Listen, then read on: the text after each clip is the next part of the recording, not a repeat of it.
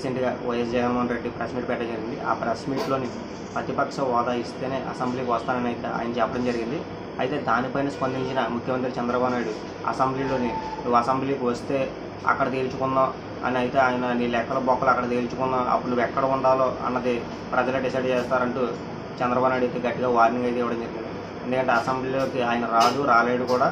అసెంబ్లీలోకి వచ్చినప్పుడు మేము నిలదీసే ప్రశ్నలకు ఆయన సమాధానం చెప్పలేడు. ఎందుకంటే ఆయన స్క్రిప్టులు రాసుకునే వ్యక్తి కాబట్టి అని చెప్పి ఆయనకైతే వార్నింగ్ అయితే ఇవ్వడం జరిగింది.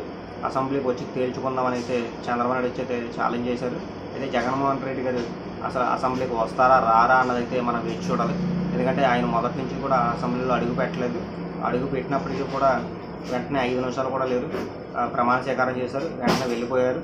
అయితే ప్రమాణ స్వీకారం చేసిన వ్యక్తి అసెంబ్లీలోకి రాలేకపోతున్నాడు. అంతేకాకుండా ఆయన చేసిన అవినీతులు బయట పడతాయని చెప్పి ఆ భయంతో ఆయన వెళ్ళిపోతున్నాడు తప్ప ప్రజా సంస్థల పోరాటం చేస్తున్నాడు అనేసి ఏదో ఒక విధంగా తప్పించుకుంటున్నాడు.